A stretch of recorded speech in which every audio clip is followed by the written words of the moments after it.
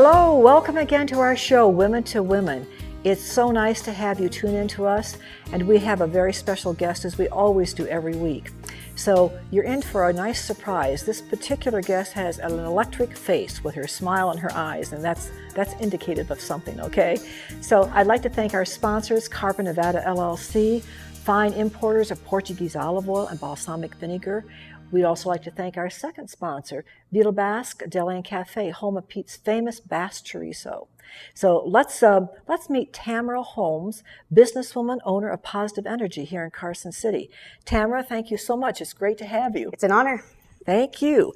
Tamara, I told you before I even sat down here, you've got those electric blue eyes and a great smile. So it has to be an indicator of something that has positive energy to it, but we're going to get to that in a little bit. First of all, are you a native Nevadan? No, I've been here 22 years. They're rare to find, you know. Yes, but my grandparents retired here when I was very young, so Okay. I spent many summers here and moved here once I became an adult. So Carson City really is like a second home to you. Absolutely. Yeah. As a child, when you were growing up, what did you like about Carson City as a kid that made you want to come back? I loved all the parades. I loved the gymnastics classes I got to do, the community center activities, and Lake Tahoe. Oh, things that you normally never got to be a part and of. buffets. Oh, yes. Which I don't They're really still going do strong. Yeah. So it's amazing, isn't it, as kids, when we come away to grandparents' homes or we come away to friends' homes, we take a trip, those impressions are very memorable. Oh, absolutely. Yeah. Would you want to live anyplace else? I'm not very well traveled, but Okay. I'm so happy here. Well, that's great to hear, and that's great for Carson City. So those were the things that you did as a child. Do you have siblings? I do. I have 3 younger siblings.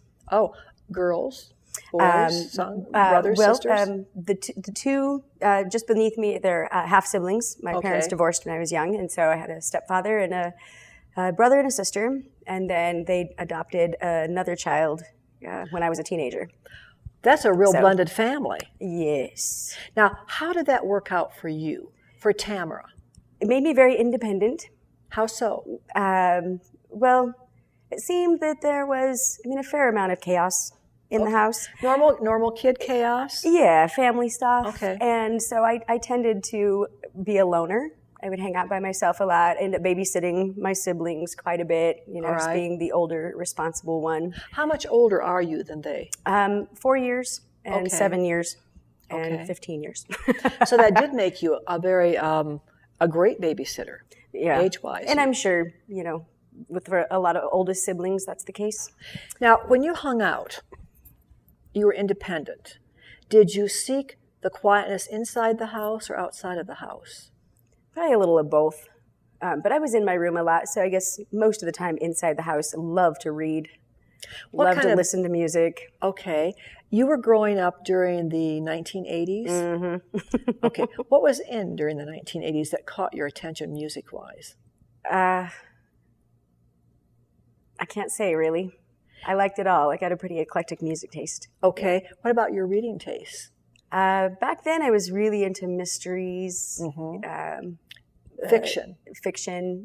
Okay. Yeah. Any nonfiction, any history, any biographies, anything like that about people? That came later. Okay. Yeah. Okay. But you were an avid reader. And today, I'm just going to ask you this, Tamara, because we have the Kindles, we have so many ways on our iPad phones, etc., to bring up reading material. But there's something about those of us who grew up with the actual paper, the covers between our hands. I can't get into a Kindle. I haven't tried yet. Don't bother. I love books. Don't bother.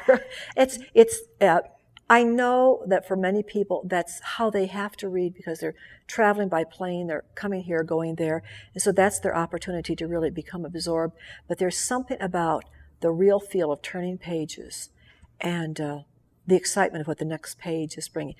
Good. Yeah, I have to concur. Although the technology is good in that it preserves trees and resources, I guess.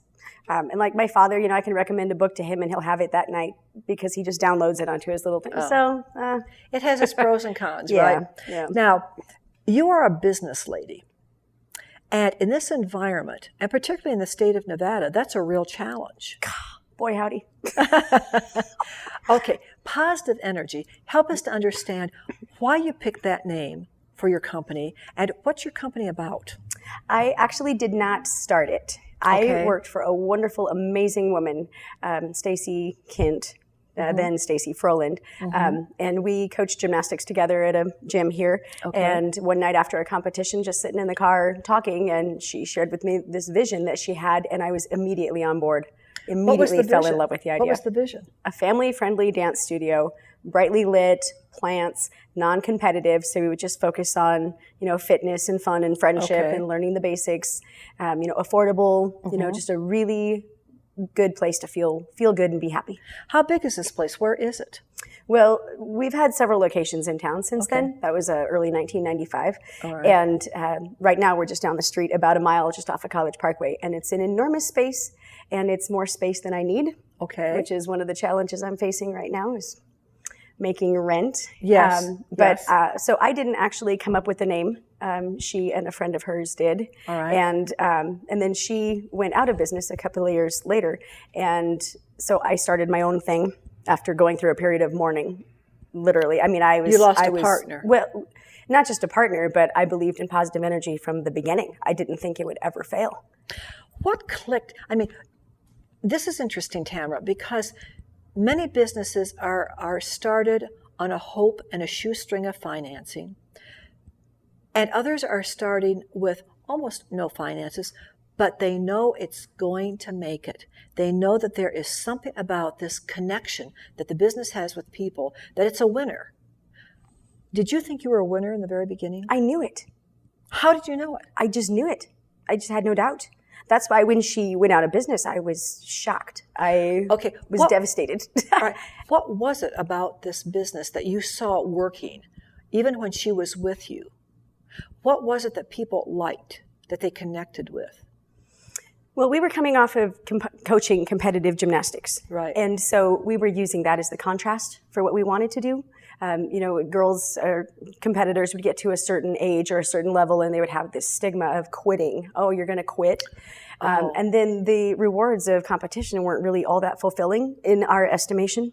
And so we wanted to just be performance-based and, just a fellowship, if you will. Okay, yes. And I think that's what people appreciate about us, is that we're not going to push the expensive and the grueling competition. Not that there's anything wrong with competition. It pushes human excellence forward. I have, high respect for top competitors, but this is a place where you can get a respite from that. Now, when you talk about family activities or family dancing, what do you mean? What we've tried to create is a place where there's something for everyone. Okay. So while your children are in class, you can take a Zumba class. What's a Zumba class?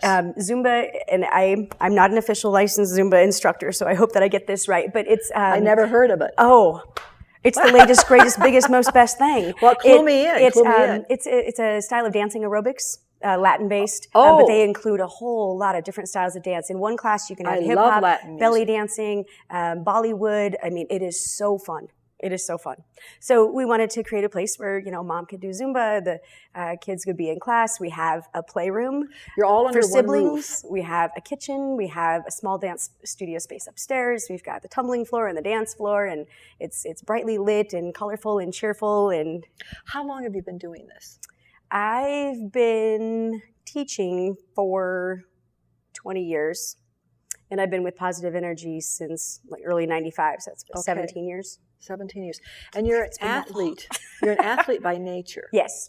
So there's a lot of discipline in maintaining that athleticism, maintaining sometimes weight, sometimes muscle tone, the foods that you eat, the amount of energy that you expend, and what you take in. Do you still maintain that regimen, that discipline with yourself? No.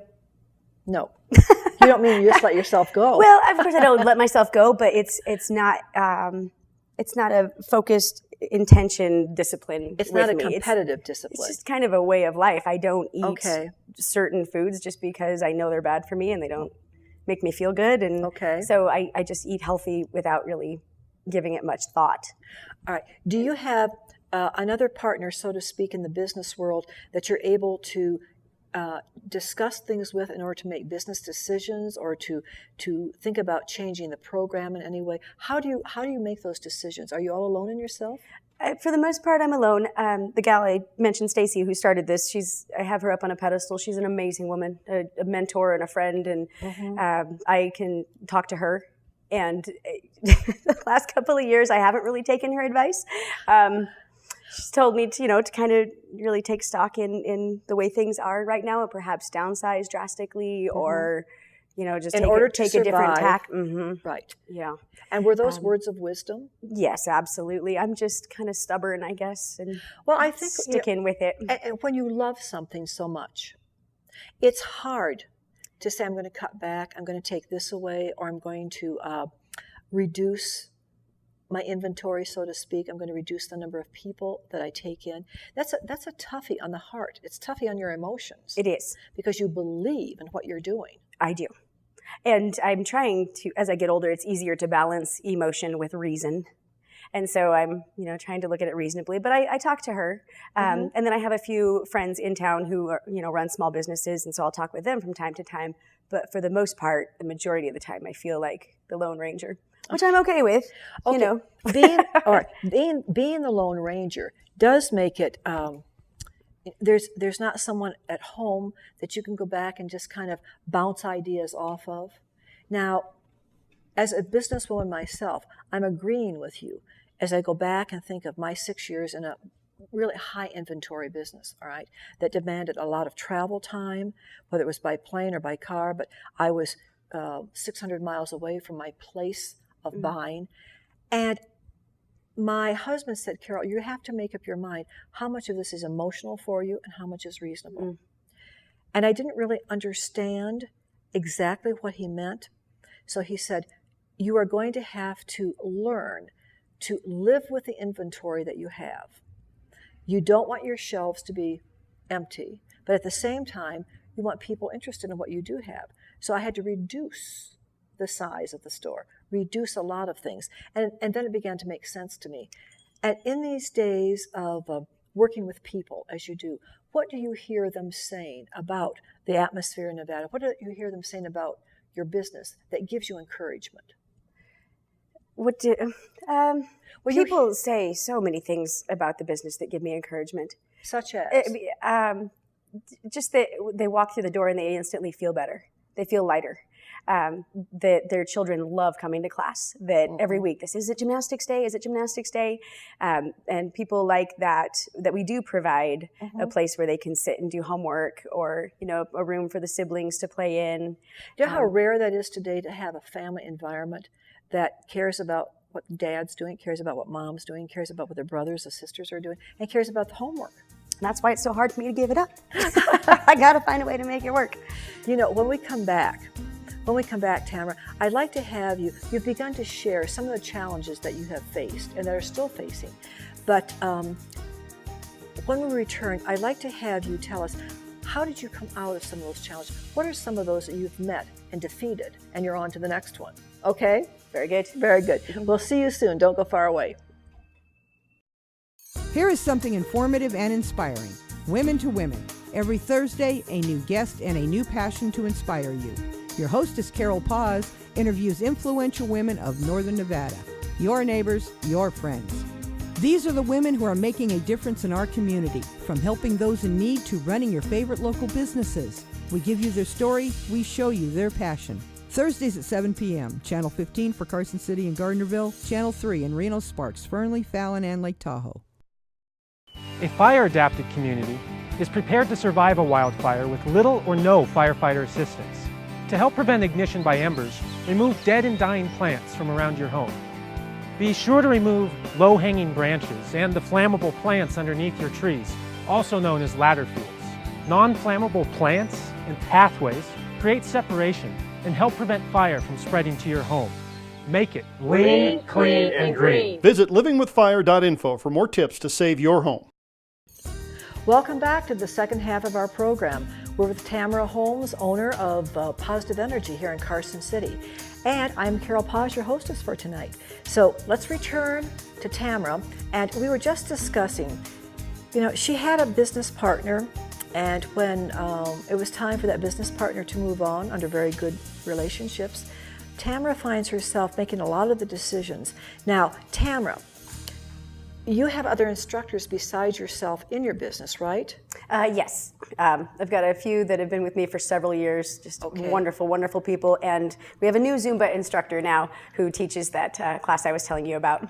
All right. So in particular, the classes that you have available for families, for the public to come in and begin to really appreciate, because it's such a personalized business that you have, what are some of those instructors involved with besides Zumba?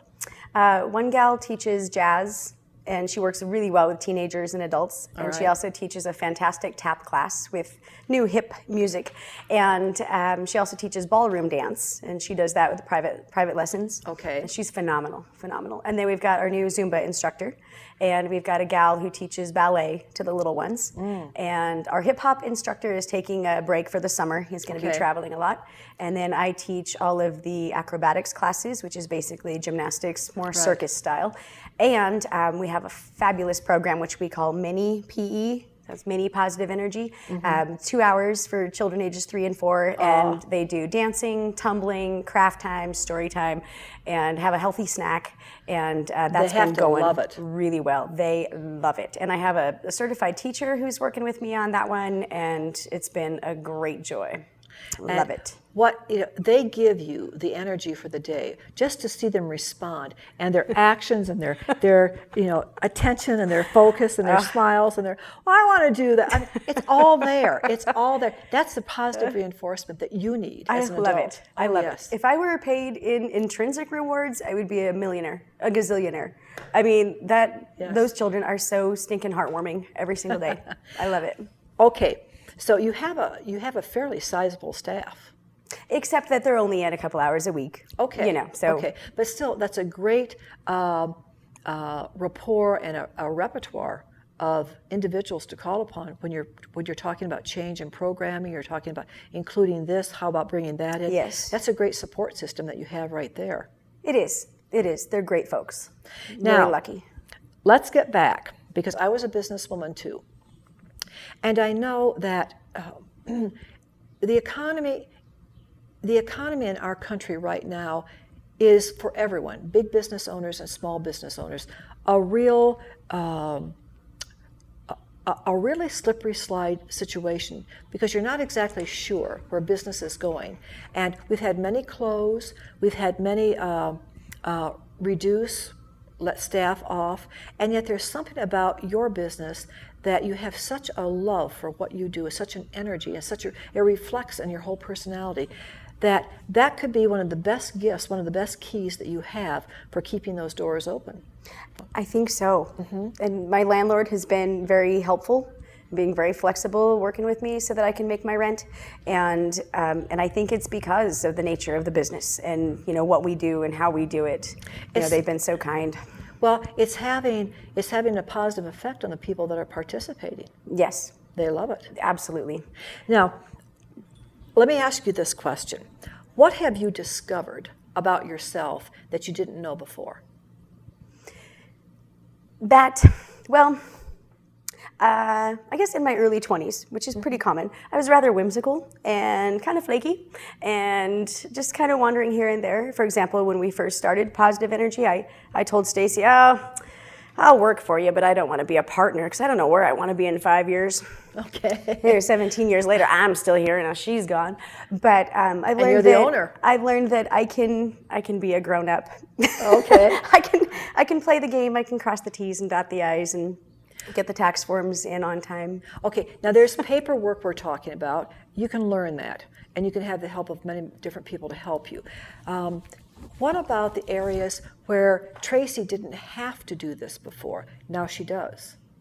Any areas like that in terms of thinking outside of the box?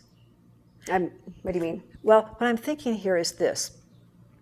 As we as small business owners strive to sell our businesses, strive to make them better known, sometimes we have to go to areas of our mind and of our personalities and think outside of ourselves. Think outside of the box, as I put it, in order to be creative. Did you find that at any time recently you've had to rethink how positive energy is made more public, how it has to be sold? And I don't mean that in a derogatory sense at all. I understand. I don't mean it in any sense other than that. This is one of the realities that we face as business people. How do you do that? I mean, how do you talk to yourself? I'm doing it every single day, and because I still encounter people that will say, gosh, I've never even heard of you. I didn't realize you were in town. I'm like, 17 years, really? Yes. But we have a really great website. I'm working the Facebook thing. I've joined the Chamber of Commerce finally, and Good. I love it. Good. And there's a local parenting website that I'm a member of now, and I do an email newsletter once a month. Okay. Some friends recommend I do it more often. So the electronic aspect has been really helpful. And then we hit almost every little local fundraiser that calls us to come and perform. So we're very active. We do probably 20 shows a year. There's a face to your business in the community, in other words. Yeah, people look for us in the Nevada Day Parade. Yes. But yeah, it's still, so yeah, every single day I'm just trying to think, what am I missing? What can I do? So I think I'm doing it all. Excuse me. So as a former business owner, okay, myself, and you're a current one, if you were going to give advice to other women out there who are thinking, you know, I need to make a living, I want to make a living, but I want to do it in a productive way that people appreciate what I'm bringing to them. I want my business to be not only respected, but gobbled up by the public because it's doing something special for them. You've brought such an inventory to Carson City with positive, with a sense of positiveness and a sense of caring about the people that you work for and that you work with. So what would your advice be to a woman who's sitting out there viewing us tonight thinking, I have an idea. What does she need to do with that idea before she actually goes into business? Something that I didn't do, and that is head down to the BRIC, to the Business Resource Innovation Center, and take their free classes on how to start a small business and how to do marketing. And so, yeah, I'm Educate yourself. Yes, absolutely. Okay, and First that and doesn't, foremost. all right, Because I've just been following my bliss into financial ruin. It's just a hobby gone wild, and you know I'm barely supported. But I know that if I step back and do what I probably should have done at the beginning, take a then I can deep breath. Exactly. Mm-hmm. Yes, and I would bet, Tamara, that the majority of small business owners who are women didn't take that kind of time to research with people who know what they're doing and who are offering free classes, free counseling, free look-ins at what's the financial side that I need to be intimate with. What is the public image that I need to refresh myself and bring myself up to date with? All of those are key components to a successful business. Yes, absolutely. All right. When you say that you've joined an organization like the Chamber of Commerce or you're involved in the Carson parades, what kind of feedback have you had? Is Carson City a welcoming place for businesses in general? I don't know if I have an opinion about that. I kind of go back and forth. Okay. I feel like we're well supported. But Organizations, obviously, well, organizations are out there hoping that they're making a difference for you because their organization, such as the Chamber, certainly wants memberships. They want to be able to do for their members a lot of things, a lot of mixers, connections, communication. And how important is communication to you with your own business? immensely, vitally important. It's the heart of it, right? Absolutely. It's the heart of it. And so many different aspects. So another word of advice for women who might be thinking, educate yourselves, research yourselves on what's available. What else do they need to know? To work really, really hard and not give up. Yeah, it's. What are the hours that you put in? I work 5 or 6 days a week, depending on the events we have going on the weekends. Okay. I put in probably 50 hours a week. Okay. A little more, a little less, depending on the time of year. Like when we're preparing our big annual recital, that's like 60, 70 hours a week. Yes. But well worth it. And then summertime, that shrinks a little, but it's always on my mind. Even when I'm not in the studio, I'll be at home at 11 o'clock at night composing a newsletter. So I never really. It's work on the Clock job out. and work out of the job as well at home. Yes. So you have to be willing to devote a lot of personal time. Yes. Okay. But not sacrifice it completely, because you need that for your sanity. Yes. Do you have a family? I do. Mm-hmm. Tell us about that. I'm happily divorced, but I have two nearly grown children.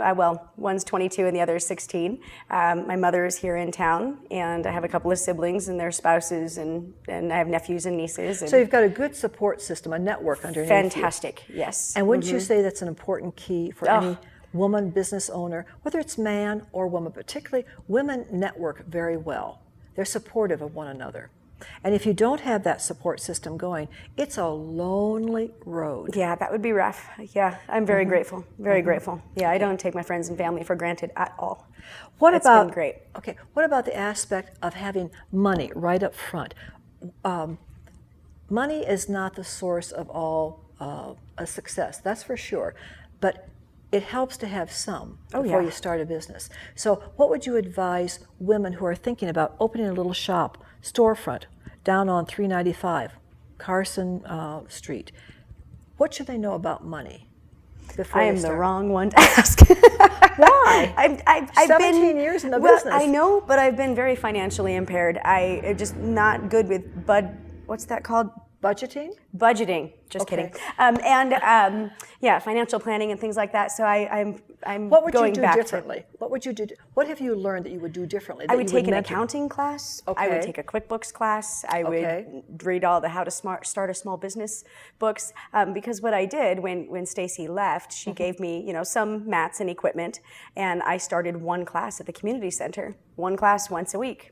And it was just fun. I mean, I had a day job, but it was fun, and it's something I always thought I would do. And then it grew. Yes. And in 2 years, I was ready to rent a space, and so it was just a hobby gone wild. I didn't do any planning at all.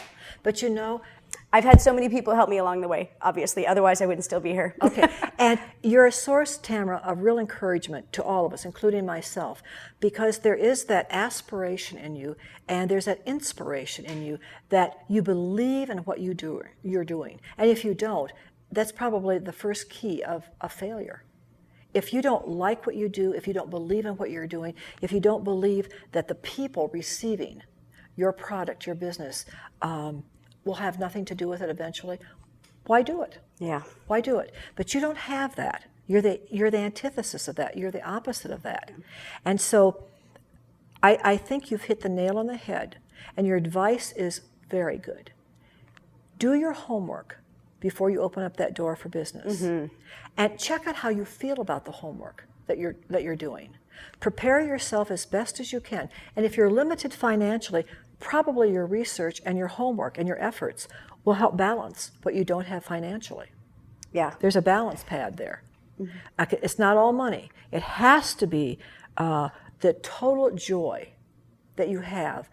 Who else would spend 11 hours a day, 15 hours a day, 17 hours a day if necessary, with very little sleep, very little food, unless you were passionate about what you're doing? Hear, hear. Hear, hear. Okay. Thank you so much for being with us tonight. I'm very happy to. Thank you so much. We wish you the very best, and I will be in to see you, and we're going out for lunch. Keep that as a date, okay? Fantastic. I'm paying, okay? And we want to thank our guests, our viewers who have been with us this evening. It's a treat for us when you turn on that television set on Thursday evenings from 7 to 7:30 on Charter Media, channels 15 or channel 3. We appreciate that. And we hope that you will send us your comments, send us suggestions. We're open to all of that. And you can find us at womenofnevada@gmail.com. And you can write us. You can send it straight to our P.O. Box 4675 here in Carson City, Nevada, Women to Women. So we look forward to seeing you next week with a brand new guest, and we're thanking Tamara, and we thank you for engaging in conversation back and forth tonight. Have a good evening. Take care. Bye-bye.